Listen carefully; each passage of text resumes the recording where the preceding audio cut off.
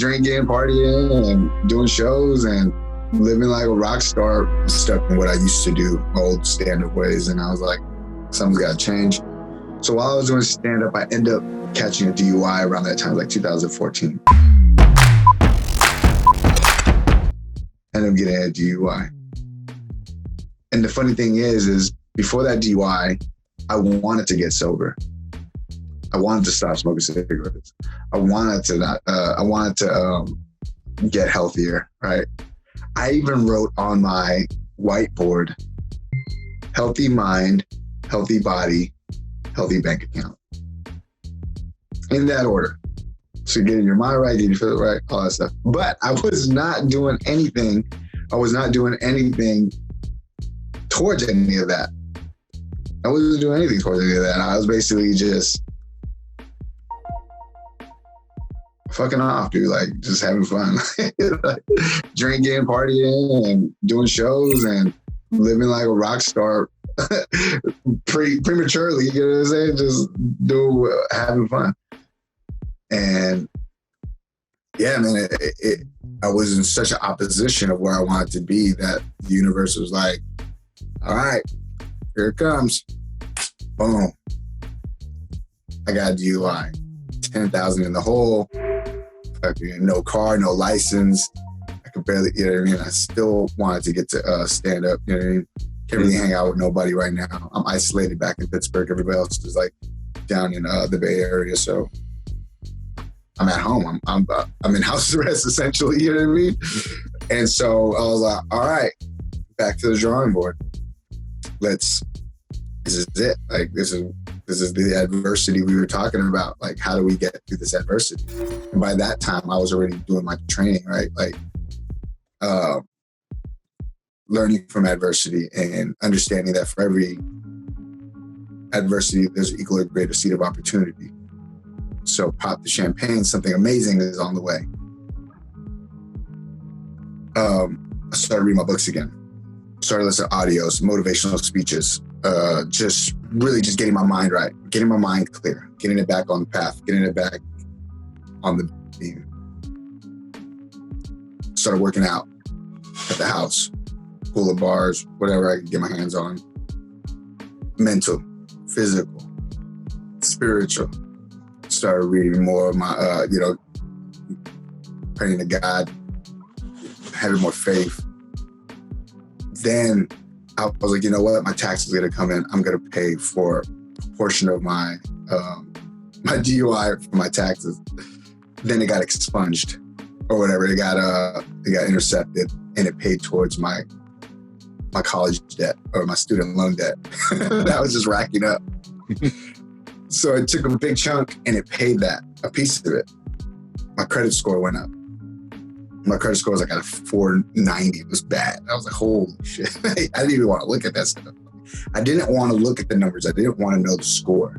And that's why I was losing. I was afraid to look at the real situation. And almost you're avoiding confronting yourself and your own things that you needed to correct. Yeah. Yeah. And it was a blessing, man. Like, so once I saw the credit score go up a little bit, I was like, that's all I got to do. I got to start paying things off. So I started Googling, like, how to like pay off debt. What's the best process, doing all that stuff. So I started making calls, negotiating with creditors. You know what I mean? It was crazy. Like, you went full. Like, so I was like, all right, good. You gotta understand, I'm at home. Like, I have no other thing but to just get my life back on track. Mm-hmm. Or get on track. It wasn't even just to get on track. And so all of a sudden, like, yeah, man, slowly but surely started paying things off. And then met my buddy Pedro at the time, and he was giving me rides to work. He was giving me rides to my comedy shows. Big thing. And rest in peace to both these guys, Lapel, Joshua, and Pedro. Like, they're a big part of my life at the time, and big supporter. And so what happened was I just changed, man. Like, It was a big change, mentally, physically, spiritually, financially. But that was just for like a good 4 months, right? It was working. And then all of a sudden I got cocky, right? And then I was just like, oh yeah, life just works out, blah, blah. And then, you know what I mean? Now you're just in this position where it's like, you're blinded by your success. Not even success, like you're blinded by your activity. Mm-hmm. Some people, like myself, will mistake activity for accomplishment because I wasn't out the woods yet. You know what I'm saying? I wasn't fully out of debt. I wasn't fully at a physical level I wanted to be at. I wasn't mentally exactly where I wanted to be at. I wasn't spiritually exactly where I wanted to be at. There was more work to do, but then I was complacent. I was like, all right, whatever. And then after I met buddy Charlie, we did this open mic and we met with each other. We're like, hey, we should go to LA and do like open mic out there, just make a road trip. So we take a road trip down to LA. I'm like, all right, we go to LA.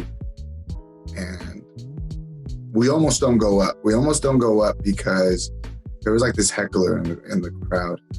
And so they were like, man, we shouldn't go up, dude. Like, you know, I was like, bro, if you're gonna allow this, I had to like get real with it. I was like, bro, if you're gonna allow this motherfucker to like keep you from doing what you love, pursue your career, I'm like, fuck that person. Like, fuck them.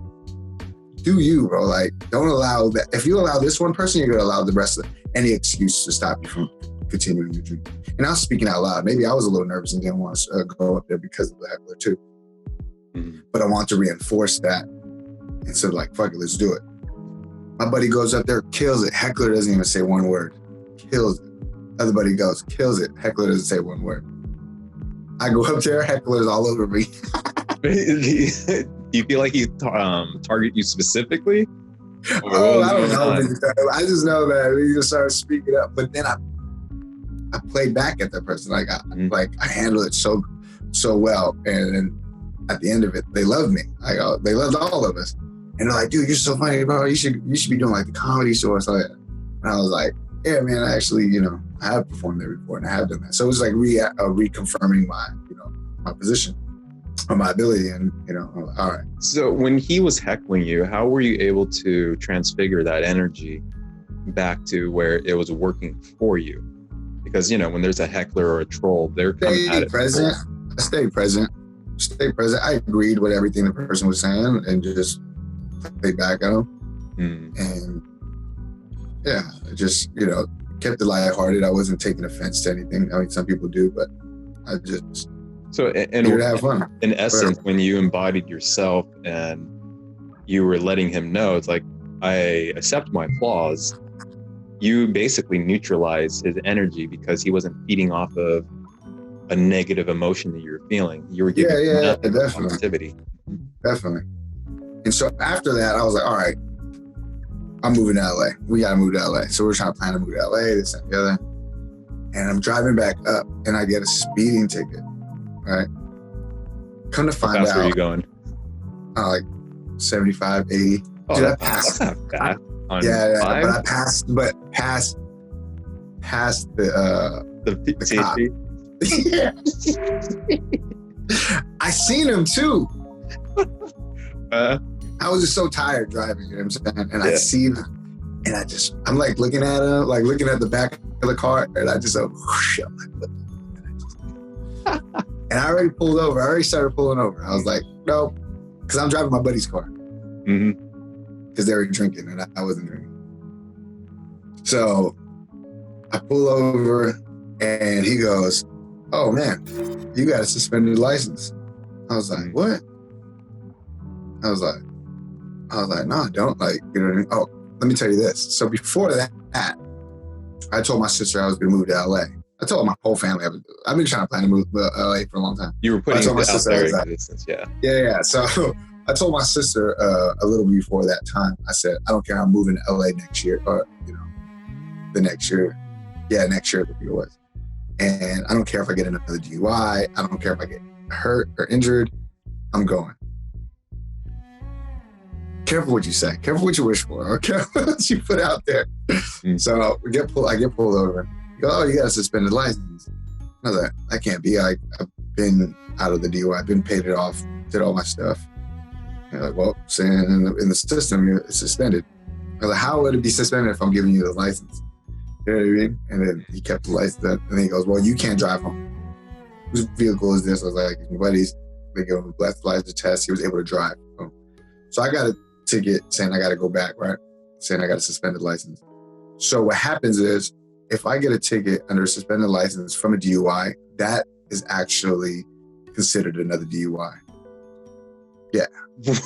I didn't know that. Yeah, I didn't know that either. I was like, what the fuck? So the very next morning, right? So it was like 2 a.m. when we were driving. So about 8 o'clock in the morning, I'm like, whatever. This is DMV right down the street from my house.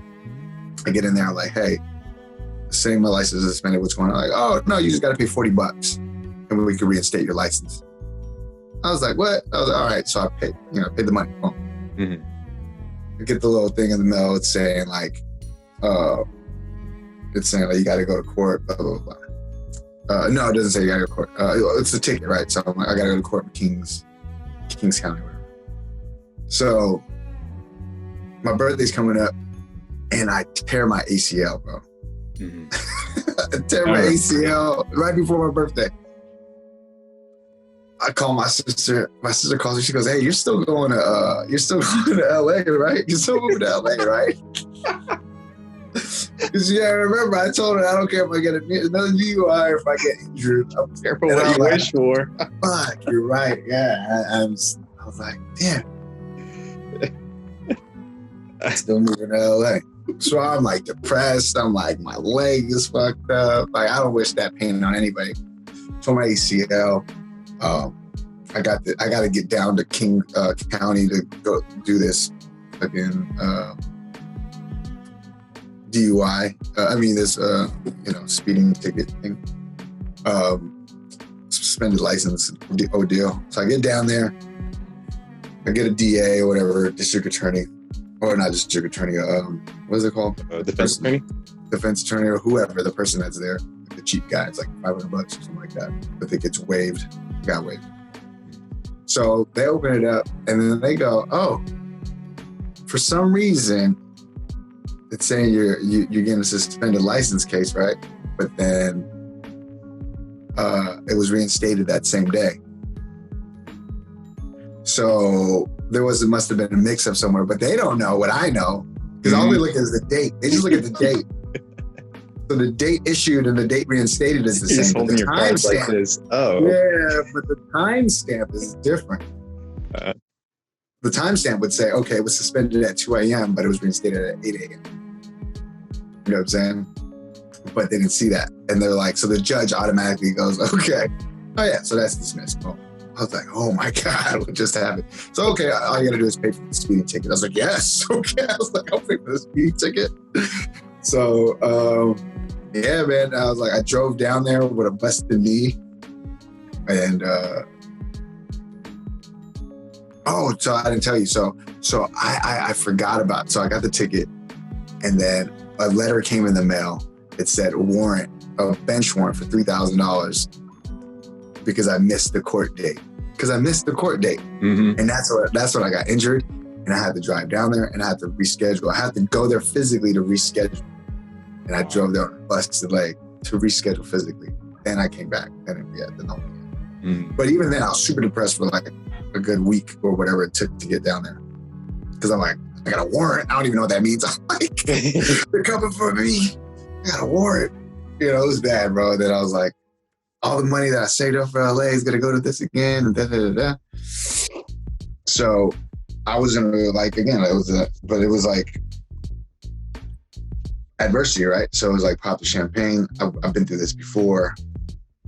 Let's focus on what we can do. So I was like, let's get my mental back. So I started getting my mental focused. Started working out only my upper body. Because I couldn't do anything with my legs. But I felt like if I keep blood flow, I didn't get the surgery either. So I did everything. I rehabilitated myself just by mind-body connection, eating right, doing all that stuff. I remember being in that time period of your life where you were using every natural remedy, homeopathic techniques, and you were still working out, you were still doing your things, taking it easy, but slowly pushing it. And actually, you even have some IG stories showing progress. And it took like about a year of rehabilitation, but it never stopped you from keep pushing yourself to do more physically. And you actually got into really good shape too. You know, so yeah, you're on point. Go ahead, man. And so then it became, so I added another thing was healthy mind, healthy bank account. I mean, healthy mind, healthy body, healthy spirit, healthy relationships, healthy bank account. Because I believe that the relationships are big because that helps with the relationship with money as well. You know what I'm saying? So, and it goes in that order. It goes mind, body, soul, spirit, relationship, finances. Because that's because when your finances go away, you could lean on your relationships. When your relationships go away, you can lean on your spirit. You know what I mean? Your spirit goes away, you can lean on your body. Your body goes away, you can lean on your mind. But then that's your foundation, and you can build from there. So how do you define spirit per se? Spirit is just like your connection with God, universe, higher self, whatever you want to call it. Yeah. Okay. Yeah. And so, yeah, just kind of get in tune with that. Most people would say put God first. Yes, always. But that's a given. You know what I'm saying? That already exists. Like that is. But you need your mind first and your body for this situation here. You know what I'm saying? The practical. I'm not saying that God isn't practical, but I'm just saying like, yeah. It's something that you get that you can change and enforce, and you know what I mean? Right now, like it's hard to explain. No, I get it. It's because there always is a relationship with spirit, with God, and it's going to be there even when you lose, when you can't. Like, let's say you get into like a starvation state, or you're extremely thirsty, or where survival really depends on it. You know you have the belief in God, but you also know that you must attend to your situation right now, or you don't survive. Right. Yeah. You have to have your mental state correct, and then you got to get your physical state. Then you got to get your spiritual state. Now you have all three. Now you're like, okay. Now your relationships, the people around you, parents, people, you know, all that.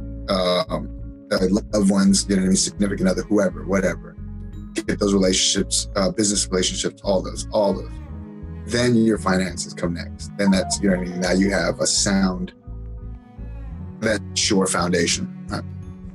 So going through the rehabilitation, this and the other, I'm like, okay, now I'm trying to deal with like getting the cord, doing all this stuff, my physical, my legs, keeping up my relationships, you know, still hanging out with people, still, and then planning to move. And then all of a sudden, I tell my mom, hey, I'm moving to LA, right? And telling every people I'm moving to LA. Well, I tell my mom first, and then she's like, okay. And then all of a sudden, we get a message or a mail from our landlord. And it says, we got to be out by July because the kids are going to be moving back in. So now I have to move out, or I gotta live with my mom again. You know what I'm saying? So now it's like Peter was like, yeah, you've been saying this for a while now. You're in position, you're ready to go. And it's a little sooner than I thought. I was like, oh, man, like by July. I'm like, oh man. I was like, I was talking about like the next year. You know what I'm saying? It was like, no, now it's a deadline. Boom. I'm like, holy. So by that time, that's when I met Wes at my cousin's wedding at the time. He was talking about, you know, we're looking for roommates and this, that, and the other. And then, but funny thing is, before my DUI, I was planning on moving to Vegas because it was cheaper. And it was like, I still wanted to get to LA, but I felt like if I could go from Vegas to LA, it'd be a little more cheaper, I guess. I don't know. But God, universe, whoever, maybe myself subconsciously knew that if I went to Las Vegas before LA, I would have got a DUI there. Maybe I would have fell off. Maybe I would have partied too hard. Who knows? So I didn't end up going. And all that money I had saved up went towards the DUI. But then it helped because it got me to understand. I had to grow up. You know what I'm saying? It helped me understand finances, helped me understand what was important, what was priority. And so now I'm looking to move, planning to move, very uncertain situations happening. But everything just kind of worked out perfectly. There's a lot of things I'm leaving out because that I know that are significant. But I think that's for like another time. Oh yeah, damn. We can go really deep in this one. Yeah. Analyze all the specific events. They're like, well, how did you go there to get there? How did you get that to get that? It gets deep. It gets deep. Yeah. Yeah. So it's like, I'm just giving you like the surface level movement of like how I got to LA from, like what? And then so once we figured that out, then yeah, it was like saying bye to everybody. I made sure that some of my nieces and nephews were born, went to a few weddings, just making sure that, taking it all in. Have a going away party. Then I set off, bro. So I have this Del Sol, this car at the time. It was just a bucket, dude. And I knew it wasn't going to make it back over the grapevine, let alone make it over the grapevine. That's so funny. It was like a 90-something Soul or something. 92, man. 92 Soul. It was a worn down red paint. Bro. It wasn't red anymore. It was like the color of oxidated red. Yeah, and the grapevine, for anyone that has not driven on the I-5 through LA, it's a steep incline to get over into LA. Yeah. And there's a lot of cars that don't make it, either from overheating because of what he's saying about his car. And the other thing is, if there happens to be some mini landslides because of the rain, you're going to get like rocks, big old boulders coming down the pathway. So what ended up happening was, as I'm driving up, right? So I stopped at the Shell gas station before going up. I look back, I'm like, okay, that's where I was. Like, that was I just moved. Like, this is real now, right? Just over this hill with this valley is dreamland, right? This is the dream reality. I moved with the transition. This is where I'm going. And I talked to my car. I was like, I know you're not going to make it back over this. Mm-hmm. But if you could just make it over, you know what I mean? I'll take care of you as much as I can, but I know you're not going to be able to come back home with me, back to the Bay. Like, I already knew it for some reason. I just knew it. This is her last trek. Because she would break down all the time, you know what I'm saying? Just to even make it down to LA was like, what? It was crazy. So as I'm driving up, right, I'm like externally saying how grateful I am for the car. And then it started becoming so grateful for my family. And I started individually naming names. I think I still have the recording of that because I recorded that while I was driving. I did a lot of documentations of like my move to LA. And then that was the big one, was like going up that hill. And I started saying I'm grateful for just what I was grateful for. Gratitude. All the way up that grapevine. I see this Beamer on the side of the road pulled over. I was like, you beat the Beamer. Then I see the Lexus that didn't make it over. Oh, you beat the Lexus. And I was like, come on, girl, we got this. We up there though. And we make it over. I'm like, oh, we made it, bro. I was like, oh shit, I pull up. And I think it was my cousin who opened the door. Jabron was the first person to greet me. Mm-hmm. And when I got there, yeah, because I think I was asleep already, I was outside. I remember meeting you for the very first time. You like kind of popped out of the living room when I was coming through one of our side doors. Yeah. And it was like, our first encounter, I can tell you were kind of like gauging how I was, my energy. And then once we started like talking within the first 15 seconds, it was on.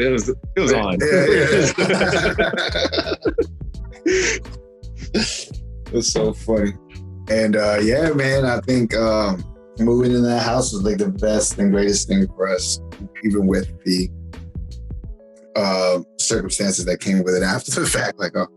But just being in that helped us grow and know more than we thought we could. We helped each other within a short amount of time, 6 months probably. It was only about 6 months. Yeah, that was a short-lived little run there. It felt like 2 years. Yeah. A lot of things happened at that house. A lot of growth happened. A lot of things when I thought I was awakened. Like I said, there's always like a series of awakenings, and I went through a series, and I thought like, I must be at my highest peak now because I'm going after what I want to go after, which actually, in retrospect, like, no, I didn't. I actually got really distracted because my whole purpose going down there was to do YouTube, was to do like personal training or something in pursuit of YouTube. Went down a totally different route, and within the MJ industry. And once that happened, it brought me down to like a little dark path where I started to embrace more of my ego and allow that to take over.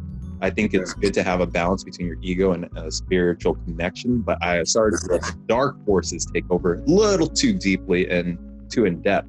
And so when that happened, for my personal experience there, it was a great place of realizing I had so much more to learn, even though I was making a lot of good headway with extra spiritual, metaphysical knowledge, as well as practical knowledge and applications, because observing you and having deep conversations with you to come to new realizations. Because I think when to come out of those periods, I did apply to a lot of things that you taught me and apply that to my life and got better. Mm-hmm. You helped me a lot with like the practical, like the science of what I was applying or what I was learning. And you're able to articulate in such a way of what I experienced, what I was doing. You're like, oh, that's this and that's that. I was like, oh man, this guy is full of it. I was like, I love it. He has all the knowledge, like, and you had the books and the know-how. And I was like, wow. So that collaboration was pretty powerful, especially in that situation. It even sparked Chris, and then it also sparked a little Wes. You know what I mean? So it was just like a crazy energy to be around. And yeah, man, you guys helped me get in my physical shape. And that was like very influential for me till this day. Like, you know what I'm saying? And I still buy the Tyson Costco bag and the mixed vegetable bag. It's literally the same one. You still meal prep it. Drop it off. That's so funny. And so when I got out, I was like, okay, here we are. And I was doing stand-up for a little bit, but then I started losing that initial drive that I had with stand-up. It was like stand-up was the vehicle to get me to LA. Mm-hmm. And I started realizing it. And I was like, I started becoming lost again. I was like, here we go.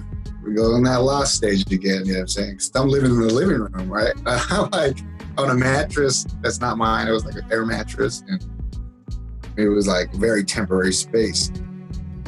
And I already knew that because everywhere I lived was already temporary before that. So I was like, oh, here we go again. Very temporary spot again. So now I know this is like grind time. What can we do? I even produced a show. I started doing a bunch of comedy shows. I could hit the ground running.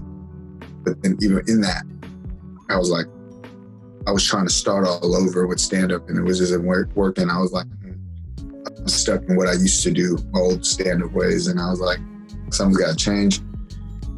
And it wasn't until I met one of my buddies at work who was an actor, stand-up. I wanted to help him with stand-up, but he didn't want my help with stand-up, but he was willing to help me with acting. Mm-hmm. So he gave me like this free 4-week class to acting classes. And I went and I just fell in love with acting all over again. I was like, this is what I want. I was like, this is legit what I wanted since I was like 7 years old. Mm-hmm. And now I have the opportunity to do it.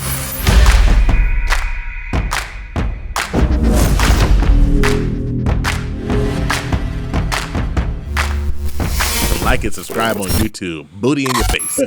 We found true happiness.